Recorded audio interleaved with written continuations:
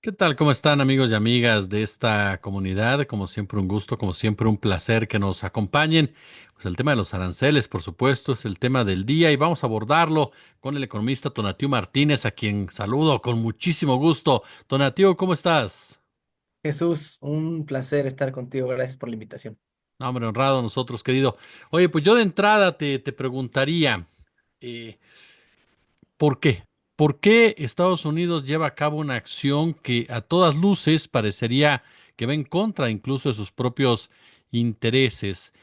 ¿A qué consideras tú, o por qué consideras tú que Trump toma una determinación de esta naturaleza?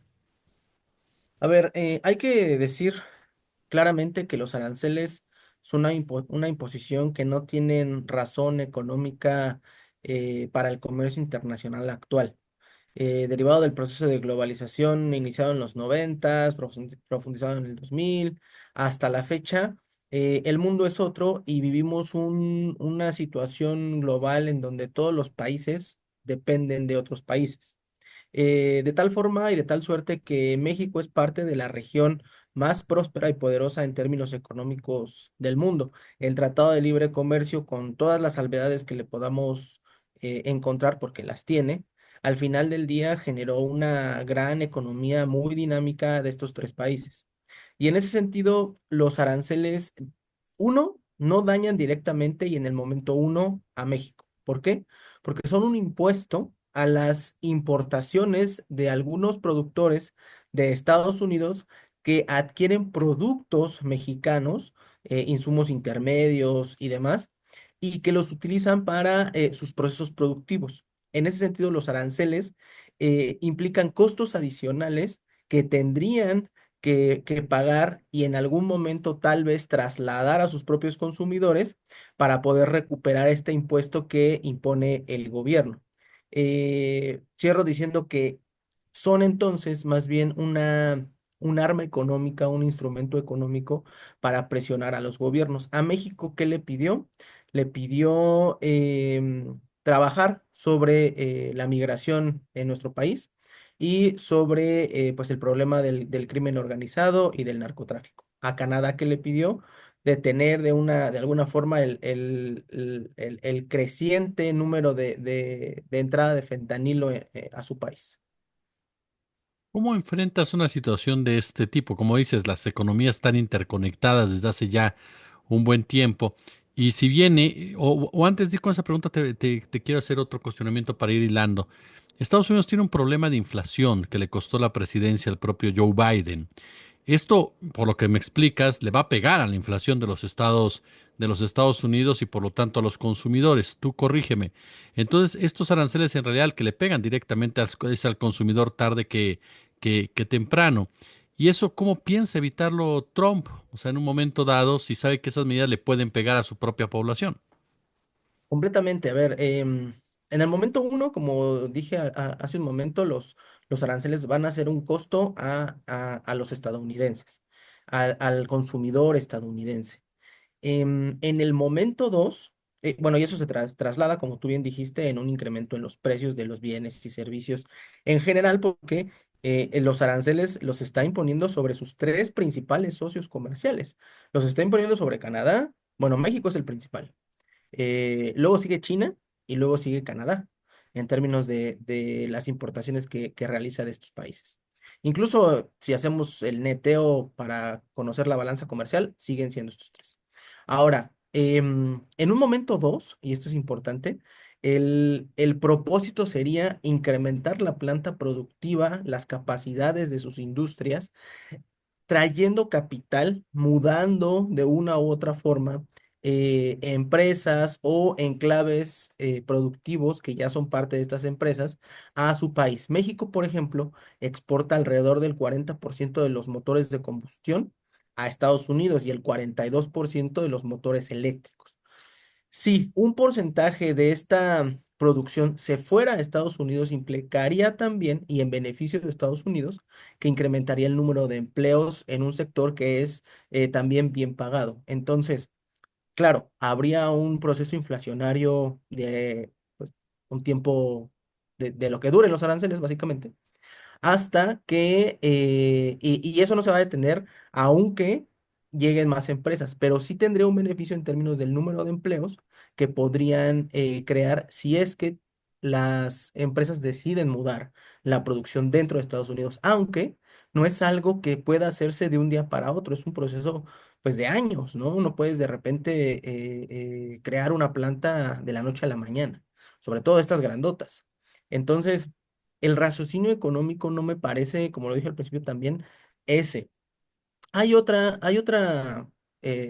corriente de economistas que también están indicando que Estados Unidos y el presidente Trump comprende muy bien lo que está haciendo y su propósito es abaratar su moneda para que su industria se dinamice y comiencen a exportar más. Si abarata el dólar respecto al resto de las monedas del mundo, pues se van a volver muy atractivos sus bienes. Y en segundo momento, también tendría un efecto sobre las tasas de interés, que no hay que olvidar que Estados Unidos está en ese momento, en los siguientes 3 años, en donde tiene que refinanciar una cantidad inmensa de dólares y de deuda que adquirieron en el último gobierno, de hecho.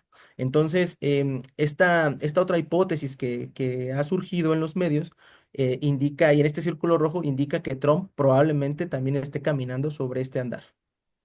Es decir, que no son berrinches ni exabruptos por parte de Trump, son parte en un momento dado de una estrategia que tiene que ver, incluso tú corrígeme, hasta con este asunto de la hegemonía con China, se podría entender así. Sin duda, en la última guerra comercial que Trump inició, la inició directamente con China, la recordarás perfectamente, en su primer mandato fue directo a imponer aranceles a China. China, en lugar de debilitarse, se fortaleció, diversificó aún más su industria, se volvió tecnológicamente más potente y los aranceles, para hablar de un sector en particular, le estaría beneficiando a China porque comenzaría también o lo beneficiaría en la parte de la energía renovable. China es líder en la producción de baterías de litio, en la producción de componentes de las celdas fotosintéticas de los paneles solares. Y este tipo de maniobras, más que beneficiarlo, la historia nos dice que benefició a China. Entró en lugares donde en realidad no estaba por su tamaño, por su capacidad y también porque en China el Estado es altamente potente y claro, planifica la economía. De hecho, el plan de China de 2015 a 2025 era incrementar justamente su capacidad en el comercio internacional y lo logró. Entonces, me parece que es otra lectura la que incluso deberíamos darle a los aranceles. Si tú te fijas en el tipo de cambio, el- uno esperaría por teoría económica que nuestra moneda se debilitara. Lo contrario en realidad pasó, o sea, sí se depreció, pero se depreció menos de 1%. Entonces, y de hecho ya se recuperó también porque salió hace unos minutos, hace poco, el secretario de Comercio de Estados Unidos, Lutnick, a decir que probablemente el presidente Trump recule en los aranceles tan pronto como mañana. O sea, no habrían durado ni 48 horas. Pero al final, el análisis del tipo de cambio nos dice que la variación pasó de 20.50 a 20.70 y ahorita está en 20.40. Entonces, en realidad, no es una variación muy importante, lo cual podría fortalecer esta hipótesis que estamos discutiendo. Parecería, ahorita que cita las palabras de Ludnick, parecería que hubo hasta reacciones diversas alrededor de Donald Trump, ¿no? De este hecho de que podían llegar a un acuerdo horas después, ¿no? Parecería de repente como desde la propia Casa Blanca, o del equipo cercano de Trump, alguien o algunos levantaron precisamente la mano, porque por lo que entiendo hay toda una red de elitista de empresarios que obviamente se ven afectadísimos también con esta decisión. Claro, a ver, México es el top, está en el top 3 de países que le proveen, de proveedores de insumos en 30 estados de la Unión Americana. Eso quiere decir que los intereses se van a ver trastocados desde el momento uno. Texas, el más grande, digo, California es clásica, es demócrata al final del día, pero Texas, su principal, digamos, socio en la frontera, México es el principal proveedor, entonces obviamente se vieron intereses económicos y políticos sacudidos. en donde me parece también, y debo de mencionarlo, la respuesta de la presidenta fue muy inteligente, precisa. Desde hace unas semanas nos ha dicho, calma, esto se va a resolver, el diálogo hay que llevarlo al máximo nivel, a diferencia de Canadá, que el primer de Ontario, no recuerdo, Ford, creo que se apellida, inmediatamente dijo, les vamos a cerrar la energía, porque también es cierto que la energía que provee Canadá a Estados Unidos se da en volúmenes muy grandes. Entonces, creo que México ha tenido una respuesta muy inteligente. Incluso hay un diálogo que se espera el jueves siguiente, en donde probablemente ya no lleguemos a los aranceles porque los quite mañana, pero si no, creo que el diálogo entre ambos mandatarios va a ser muy importante, donde incluso podríamos salir nuevamente victoriosos. Y no quisiera tampoco quitarle del renglón el llamado que hace para el domingo siguiente, a que el pueblo de México y en general la oposición también, los partidarios se sumen a este llamado de unidad que tiene que haber en torno a la presidenta. ¿Qué consideras, entrando en el campo de México, cómo consideras este llamado? Hay a quienes dicen tendrían que haberlo resuelto distinto, hay otras voces que señalan no, porque hacer una agresión en general al país tenía que dar la cara, en ese sentido Sheinbaum, e incluso en el tema político. Trump, el lenguaje que entiende, porque así lo ha manifestado en su trayectoria, es el de la gente, es decir, en los mítines, los gritos, el sentirse poderoso. A mí se me hace un paralelismo muy interesante el que plantea Sheinbaum, porque Trump lo ha mencionado, él en los mítines se siente líder, se siente fuerte, se siente arropado, y que Sheinbaum mandara un mensaje de esa naturaleza rodeada de miles de mexicanos, entra también ese tipo de mensajes políticos. Pero ¿tú cómo lo valoras? Me parece interesante ese análisis. Yo considero que el llamado es más bien una decisión hacia la política interior. Es decir, es un mensaje porque al final, en caso de que llegaran a ocurrir los aranceles desde México, es decir, que tomemos o que la presidenta tome la decisión junto con su gabinete de caminar sobre ciertos sectores, como ella también lo ha dicho, los aranceles que impuso Estados Unidos le perjudican al pueblo de Estados Unidos. Si nosotros avanzamos en ese mismo tenor, pues tendríamos que dar el paso lógico para decir, bueno, esos aranceles que se está imponiendo a los bienes de Estados Unidos nos va a perjudicar a nosotros. Yo no creo que la presidenta quiera llegar a ese punto. Creo que ha sido muy clara en ese sentido al decir no necesitamos aranceles, necesitamos mayor integración. El Plan México claramente es una propuesta de política económica en ese sentido y buscan, sobre todo, el Plan México, sustituir ciertos insumos que vienen de Asia, en general de China, claro, pero en otros países también, para que la región se vuelva más fuerte. Entonces, para mí es un mensaje hacia el interior, porque al final tiene que dar una claridad la presidenta muy entendible, muy profunda, para que todos estemos tranquilos y sepamos pues hacia dónde están caminando las decisiones de política, aunque también sí reconozco, me parece interesante que le hablas a Trump en su lenguaje, en donde tú eres muy bueno en eso, pero acá tenemos 85% de aprobación, entonces es algo que también tienes que tomar en cuenta cuando emplees o ejerzas ciertos instrumentos. Si se llegara a dar, o más bien dicho, si continúa como tal, porque revertirlo pues ya sería la nota, pero si se mantiene como tal, querido Tonatiuh, México tendría que aplicar el arancel por arancel. Es decir, literalmente responder al nivel que responde Estados Unidos, o tendría que elegir de manera muy especial qué sectores y qué productos para incluso en un momento dado hasta ocasionar una reacción por parte de los sectores más afectados. Creo que sí, como tú lo mencionas, tiene que ser estratégico, es decir, nosotros no impondríamos un arancel del 25% generalizado sobre todos los bienes, justo porque nos haríamos daño, nos autoinfligiríamos en general a todos. Entonces sí tiene que ser algo donde sobre todo el apoyo republicano sea más fuerte, como en su momento sucedió hace algunos años. Creo que debería de ser ese el camino, aunque también hay otra hipótesis en donde si estamos ya en un mundo con todo, todos los países tienen, que tengan aranceles, pues habrá países que puedan sacar ventajas competitivas de no imponer aranceles, abaratando sus costos de importación de productos. México también podría caminar sobre esa senda y entonces aprovechar este mundo arancelario para diferenciarse, sobre todo porque geográficamente seguimos teniendo una clara ventaja al ser al ser vecino del país con el mayor poder adquisitivo del planeta. Explícame eso último, o sea, es decir, si México en un momento dado no aplica el mismo arancel que los Estados Unidos, puede sacar ventaja incluso la misma política arancelaria de Estados Unidos. Claro, porque entonces nosotros seríamos más baratos. O sea, nosotros no tendríamos un costo adicional a todas las empresas que se ubiquen acá por importar productos, ¿no? Nosotros pondríamos aranceles justamente a todas esas empresas que traigan bienes del exterior y entonces ese va el arancel sobre esos bienes, justo como pasa en Estados Unidos. Pero si nosotros no ponemos ese costo adicional, podríamos ganar cierta ventaja competitiva en un mundo, repito, donde todos tengamos aranceles o la mayoría tengan aranceles, pues habrá quien se diferencie de otros por no tener ese costo adicional.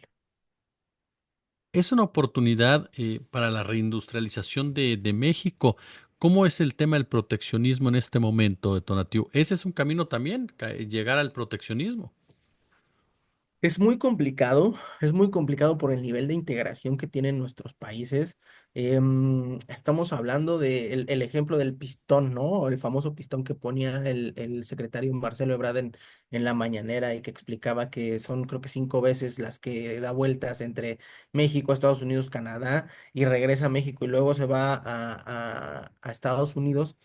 Em, es muy complicado desarticular todas las industrias y sobre todo las que ya tienen años. Por ejemplo, las armadoras tienen décadas en nuestro país, las automotrices. Entonces, llegar a un nivel tal cual de proteccionismo absoluto en donde yo quiero fabricar todo lo que consume mi economía es prácticamente impensable.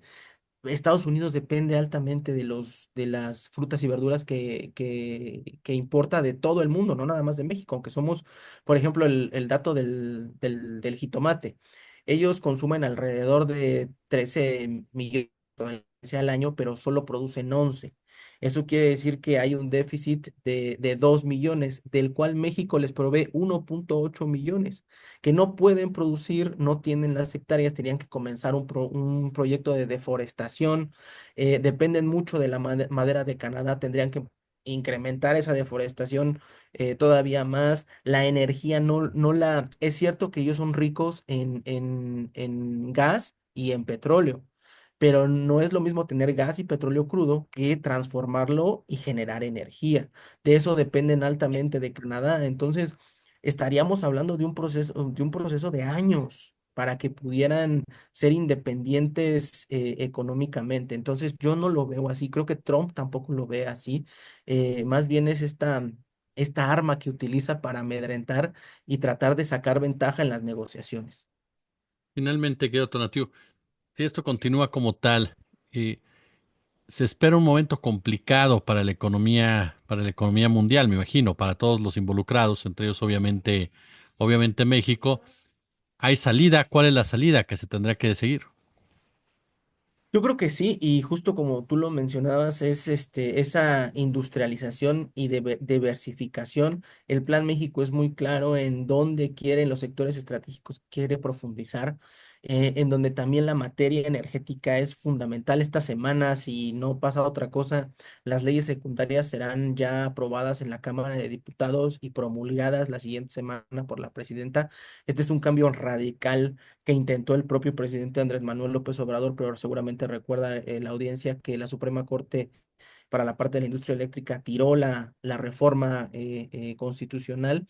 Eso nos hará muy fuertes también porque cualquier cosa que nosotros comamos, casi que vistamos, que usemos, depende de un poco de energía o un mucho de energía. Entonces, estos cambios de disminuir la dependencia del exterior son fundamentales. No hay una única solución, no hay una solución en el corto plazo. Me parece que ese fortalecimiento del mercado interno es necesario. Continuar como se inició en 2018, el incremento en los salarios reales es también muy importante, porque al final, como en la pandemia, en la pandemia México se afianzó bastante por el consumo interno. Y eso fue resultado de que los salarios ya habían crecido sobre la inflación. Cuando fue el proceso inflacionario, siguieron creciendo los salarios reales, es decir, los salarios nominales fueron superiores al crecimiento de la inflación y eso nos benefició bastante. Tenemos que continuar esta política, incrementar como pasó con Didi, con Uber, con todas estas plataformas digitales en donde se trató de formalizar a la población de sectores en específico. Estas políticas son muy útiles, donde hay mucha informalidad. Entonces, creo que este camino es el camino que debemos continuar. Mi querido Tonatiu, yo de verdad quiero agradecerte estos minutos para nuestra comunidad y que nos permitas aprender de ti. Gracias a ti, Jesús. Un abrazo a todos y estoy listo para cuando ustedes quieran.